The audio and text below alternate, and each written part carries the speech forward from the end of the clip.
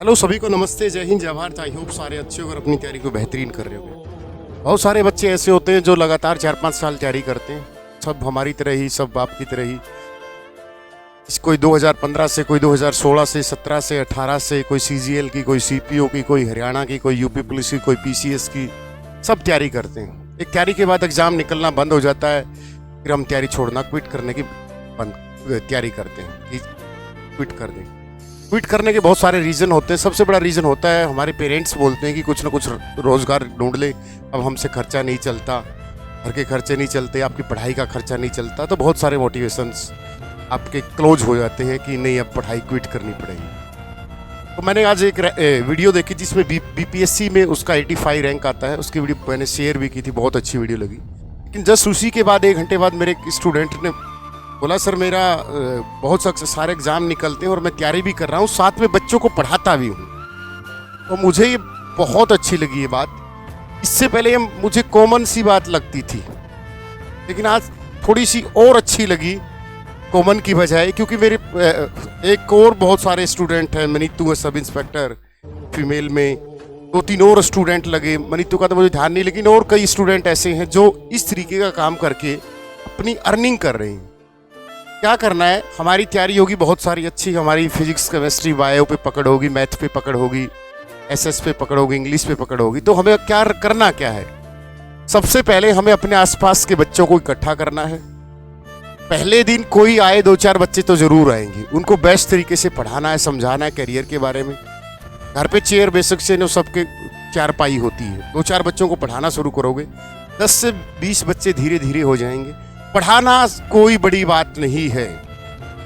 अगर आपको लगता है कि YouTube पे ये जो बड़े बड़े टीचर्स हैं, इन्होंने बहुत बड़े हैं, कुछ नहीं है बड़ा। बड़ा बस सोचना है कि आपने एक बार सोच लिया तो आप कर सकते हो, कुछ नहीं है। हजारों यूट्यूबर्स, हजारों टीचर्स हैं, उनमें से कुछ ही टीचर्स होंगे जिन्होंने एग्ज़ाम निकाला है, और एग्ज़ाम निकाल कर पढ़ाना कोई बहुत बड़ी बात नहीं है। उससे अच्छा वो भी पढ़ा सकते हैं जिन्होंने कभी एग्ज़ाम ना निकाला हो। टीचिंग एक आर्ट है, टीचिंग एक कला है, और कला के साथ एक मेहनत है कि आप टीचिंग एक डिलीवरी होती है कि हम अपने एक्सप्रेशन किस तरीके से, जो हमें नॉलेज है वो बच्चे तक किस तरीके से डिलीवर करें, फर्स्ट ऑफ ऑल। दूसरा, हम कंटेंट पर कितनी मेहनत करते हैं कि आज हमने जो टॉपिक पढ़ाना है वो टॉपिक हमने कितनी बुक से कलेक्शन किया है, कितनी उस पर हमने पूरी शिद्दत से मेहनत की है, या हम वन लाइनर फेंक रहे हैं कि यूट्यूब पे बस फेंक दो। तो हमें सबसे पहले इस तरीके से हम 10-20 बच्चे जोड़कर मंथली हम 500 से 700 पर बच्चे के साथ 10 से 15 हज़ार रुपये गाँव में बैठकर हम आराम से कमा सकते हैं। जहाँ पर 10-15 हज़ार हम धीरे धीरे कमाने लगे, जैसे ही हम कोई पेपर देने जाएंगे तो माँ बाप से हमें खर्चा नहीं लेना पड़ेगा, फर्स्ट ऑफ ऑल।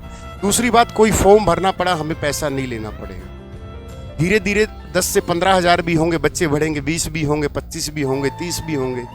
और इस पढ़ाने के दौरान आपकी तैयारी बहुत अच्छी हो जाएगी। ये मेरा तजुर्बा है कि आप जब पढ़ाने लग जाओगे तो धीरे धीरे धीरे आप एक लत लग जाएगी, उस लत का नाम है मेहनत।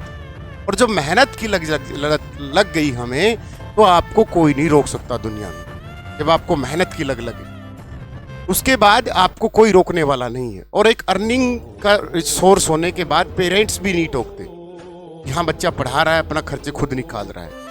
तो आज से ही इस काम को, जो बच्चे बहुत पहले तैयारी कर चुके हैं या तैयारी कर रहे हैं, मुखर्जी नगर में बैठे हैं, आप इसको कहीं पर भी अप्लाई कर सकते हो। हमने तो इसको मुखर्जी नगर में भी अप्लाई किया था।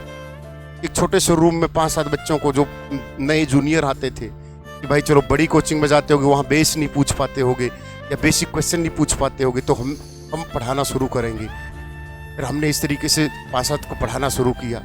फिर धीरे धीरे छोटी सी जो क्योंकि बड़ी बड़ी अकादमियाँ होती हैं, वहाँ छोटी छोटी अकादमी भी होती है, तो फिर धीरे धीरे वहाँ पढ़ाना शुरू किया 300-400 में। जब आपका बहुत तगड़ा बेस हो जाए तो फिर आप बड़ी अकादमी में एमओ देने जाओगे, तो वहाँ पर सिलेक्ट हो जाओगे एंट्रेंस दे के, तो फिर वहाँ हमने पढ़ाना शुरू कर दिया। तो कोई बड़ी बात नहीं कि मास्टर बनना या अध्यापक बनना या यूट्यूब पे बहुत बड़ा टीचर बनना या करोड़ों कमाना या ये बहुत बड़े बड़े टीचर्स हैं, कुछ नहीं है। बस जिसने शुरुआत कर दी वो आगे बढ़ गया, जो लेट में शुरुआत करेगा वो लेट होगा।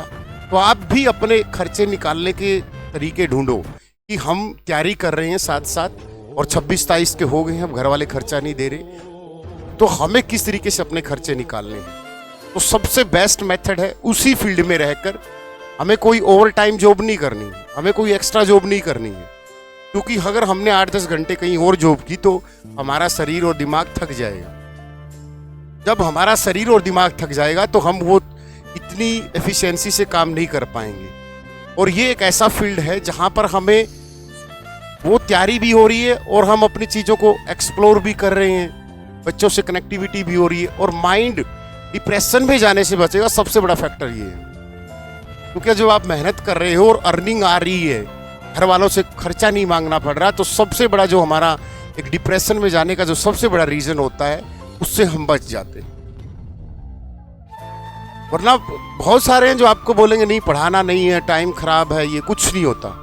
हमने तो ज़िंदगी में सबसे पहले यही अपनाया था दिल्ली में जाते ही, क्योंकि आपके पास जब हम गरीब घर से आते तो हमारे पास खर्चा नहीं होता, तो कहाँ से लेके आएंगे। और 100 में से 80% 90% ऐसे बच्चे होते ही होते हैं जिनका खर्चा बड़े शहरों में मुश्किल से चलता है। आजकल तो चलो बड़े शहरों में जाना इतना ज़रूरी भी नहीं, ऐप आ चुकी है, ऑनलाइन एजुकेशन आ चुकी है, सब कुछ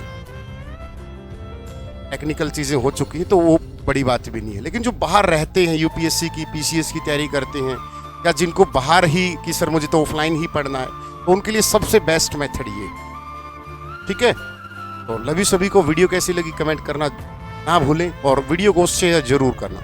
अगली ऐसी ही किसी बेस्ट मोटिवेशन की वीडियो के साथ आपको मिलेंगे। लव यू सभी को, बेस्ट ऑफ लक। जय हिंद, जय भारत।